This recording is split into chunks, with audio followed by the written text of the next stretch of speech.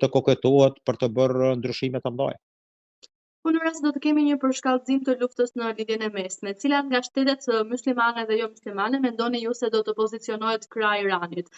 Dua të kujtoj këtu dhe raportimet që thonë se Pakistani mund ta godiste Izraelin me armë bërthamore për ta mbrojtur Iranin.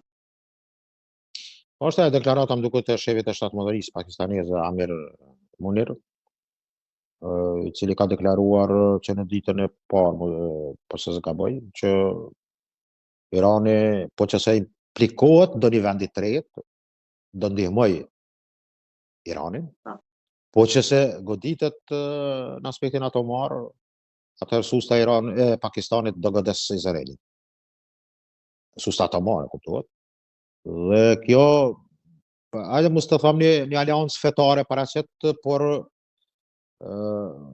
mendoj që te Pakistani më duket që janë njerëz që kanë një credo, një krenari, sidomos pas luftës për hindokush për Kashmirin, atyre 3 pjesëve, Kashmir,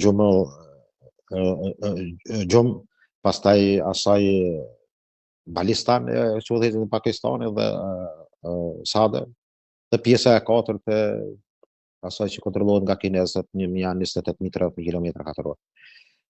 Por mendoj që ajo fitore e tillë ka ngritur, sepse e mundi din, më të them, në atë luftën 5 ditë, me ndihimin e teknologjisë kineze, aviacion me jet 10C dhe 17.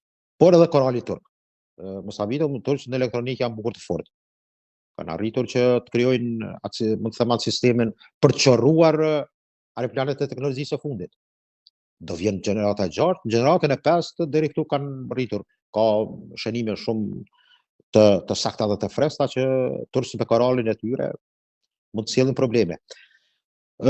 Turqia, pozicionimin e saj, mund të them, e dënon fuqishëm sulmin e Izraelit, mirë po nuk është ajo që do në luftë për Iranin, edhe pse ka interesa, ka qenë përfituesi më i madh në këtë kohë të sanksioneve ndaj Iranit, që ka bërë, do thotë, me rezultate të ndryshme, qoftë sidomos të botës perëndimore, dhe ka arritur që me depërtimin e naftës të arrijë të krijojë resurse dhe të ketë një shkëmbim dhe përfitime, edhe me çmim të lirë, por edhe pastaj për tranzit.